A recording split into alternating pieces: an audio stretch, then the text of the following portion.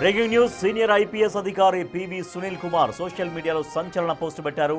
YCP ప్రభుత్వ హయాంలో రఘురామకృష్ణంరాజును CID పోలీసుల కస్టడీలో హింసించిన కేసులో దర్యాప్తు సక్రమంగా జరగడం కోసం తనను సస్పెండ్ చేశారు. మంచిదే. మరి సమన్యాయం కోసం రఘురామకృష్ణంరాజును కూడా అన్ని పదవుల నుంచి సస్పెండ్ చేయాలి కదా అంటూ ఎక్స్లో పోస్ట్ చేశారు సునీల్ కుమార్. సిబిఐ దర్యాప్తు సక్రమంగా జరగడానికి ఆయనకు కూడా పదవుల నుండి తొలగించాలన్నారు. చట్టం అందరికీ సమానం అనే మెసేజ్ వెళ్ళాలి అన్నారు సునీల్ కుమార్. వైసీపీ ప్రభుత్వ హయాంలో రఘురామకృష్ణంరాజును సిఐడి పోలీసుల కస్టడీలో హింసించిన కేసులో పివి సునీల్ కుమార్ ప్రధాన నిందితుడుగా ఉన్నారు. ఈ కేసులో నిన్న సునీల్ కుమార్ను గుంటూరు సిసిఎస్ కార్యాలయంలో 5 గంటల పాటు విచారించారు.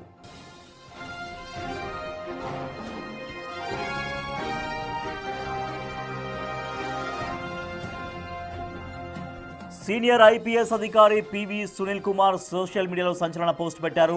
వైసీపీ ప్రభుత్వ హయాంలో రఘురామకృష్ణంరాజును సిఐడి పోలీసుల కస్టడీలో హింసించిన కేసులో దర్యాప్తు సక్రమంగా జరగడం కోసం తనను సస్పెండ్ చేశారు. మంచిదే. మనం చూస్తున్నాం బిగ్ టీవీ స్క్రీన్ పైన పివి సునీల్ కుమార్ సోషల్ మీడియాలో పోస్ట్ చేసినటువంటి పోస్ట్ మనం చూస్తున్నాం.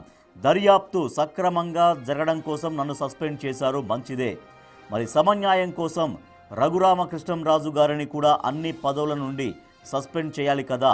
సిబిఐ దర్యాప్తు సక్రమంగా జరగడానికి ఆయన్ను పదవుల నుండి తొలగించాలి.